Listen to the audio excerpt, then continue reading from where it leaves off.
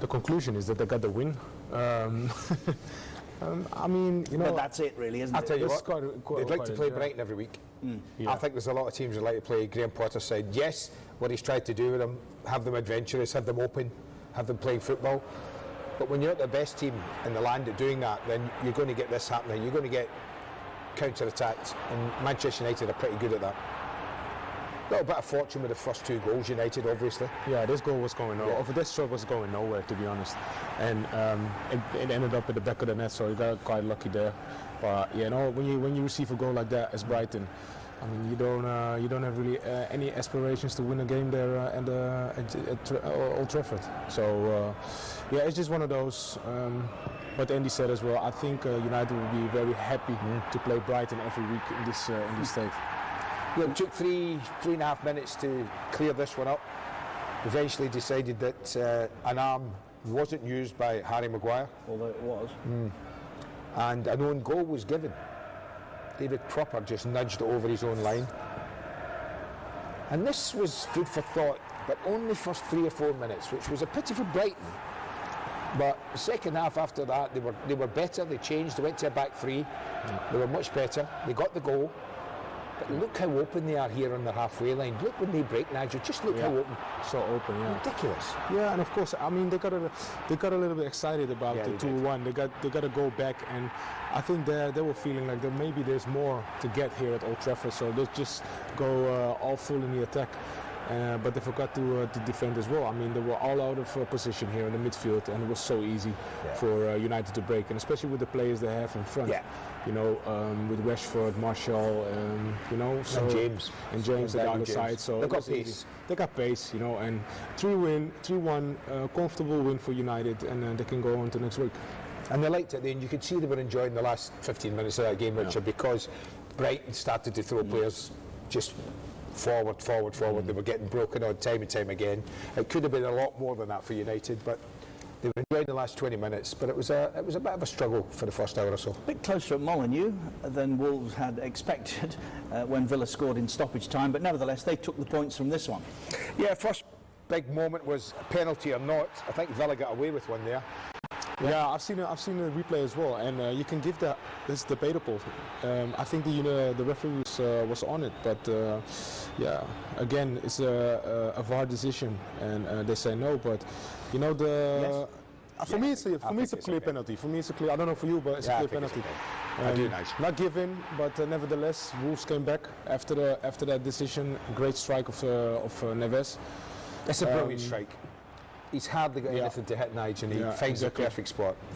Quite surprised that Villa let this player quite free on the edge of the box, though, to let him keep the ball. Yeah, Neves' reputation should have been alarming for them. Exactly. He was quite enjoying his day. Adama Traore, he started his English career at Aston Villa, went to Middlesbrough, ended up at Wolves. Everybody's looking for handball, Richard. Whenever it hits an arm, whether it's forward or defenders, that's not a penalty in my opinion. It might be in Europe. I don't know. I think in the Champions League it's given, isn't it? Yeah, it's given. Yeah, it is given. It's not given. Really. I mean, his arm was quite high, so.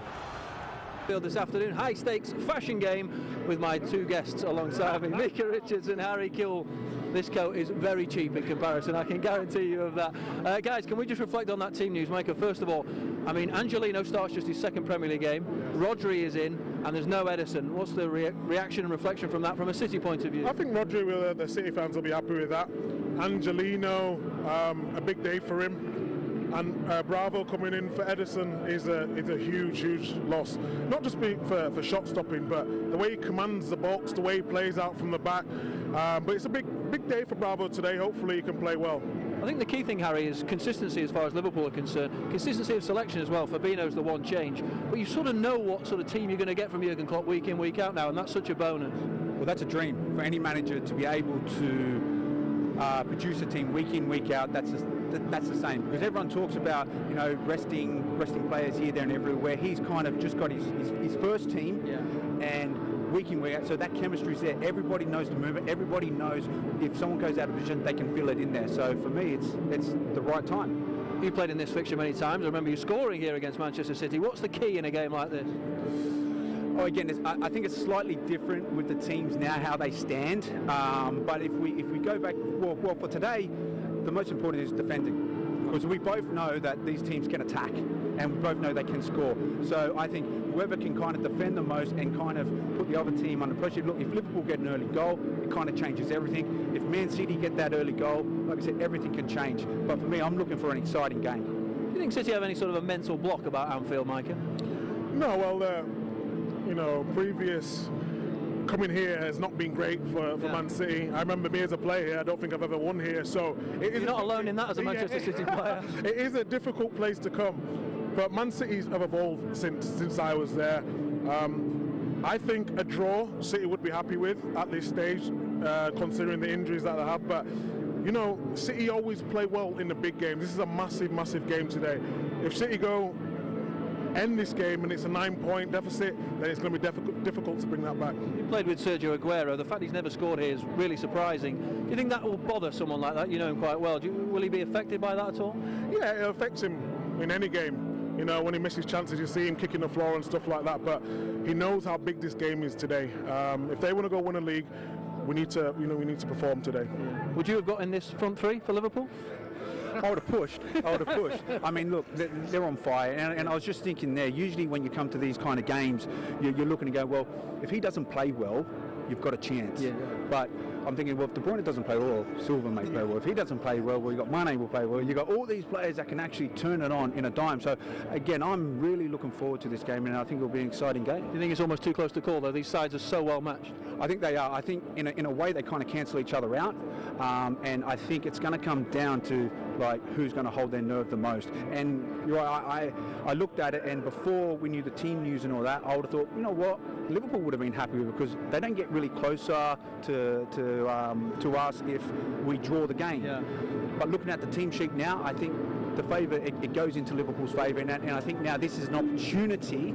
Like, you don't lose first and foremost, but I think it's an opportunity now for Liverpool to really put their foot on the pedal now and kind of show the Premier, like the league itself, that they're ready to take the mantle from City, and this is a great opportunity for them to do it. Here we are, the thoughts of the former Liverpool star Harry Kewell and the former Manchester City defender Micah Richards. Kick-off not too far away here at Anfield. Yes, thank you, Matt, and Micah and Harry. Of course, Arsene Wenger, incidentally, watching this match with our colleagues in our Arab for the last 30 minutes of our programme following this match. Seen Harry Kewell score some good goals down the years. The Leeds at Sheffield Wednesday, if I'm not mistaken. Welcome back, Dimitar Berbatov. Thank you again. You've just seen Manchester United play. We were struggling to draw any conclusions. Did you, from what you saw today? Well, I was happy with the win. That's it, though, isn't it? They need that at that moment. And the goals, the first two goals, ugly goals, in my opinion. But that's exactly what you need sometimes. Just goals. It doesn't matter how you score them. Just goals. And in the end, they bounced back really a good reaction after Brighton scored a goal, because I was a bit worried that maybe the momentum is going to take them and take a point. But it was a good reaction and a great third goal. Well, now let's talk about the most important game of the weekend, which features Liverpool and Manchester City. You've just heard what Micah said. I think he's echoing really what you said earlier, isn't it? Whatever else, do not lose today. Yeah, I think so. I mean, you know, especially with Liverpool having a game in hand on Manchester City, City can't lose this game. The gap will be too big for them to catch up, and especially and with Liverpool in this state of form, it's really hard to catch them.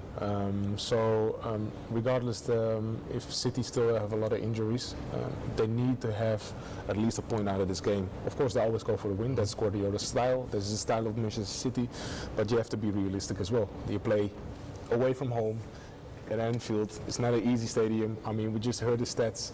It's been 16 games, unbeaten record already for Liverpool. Aguero never found the back of the net.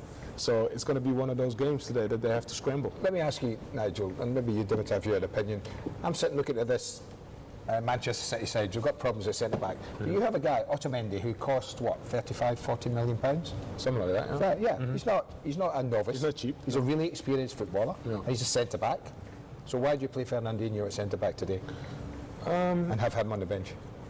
I think of the trust that Guardiola has in Fernandinho more than Otamendi.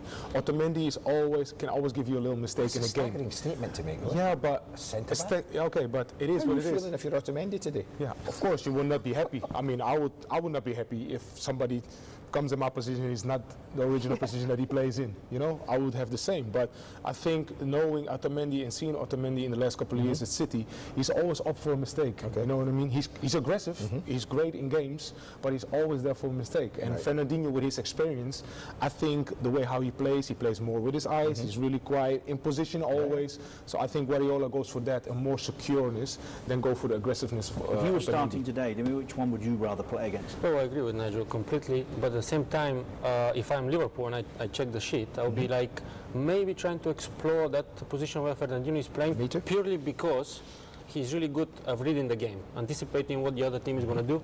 But his maybe only weakness, he's not quick. So he's not quick actually.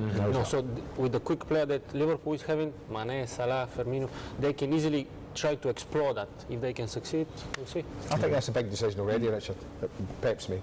Really do. Do you think it's advantage Liverpool, or has he made the right call? Listen, it's advantage Liverpool because they're at home. They've got no problems with injuries. They've got the best side probably that he would pick. I don't think there's anyone who's not playing today would get in that side in a big game. I think that's his best side. Is it City's best side? No way. No way. No. The fact that Klopp at his press conference this week was saying we all need to be at our peak at Anfield, even the hot dog seller. Here he is, the Liverpool manager.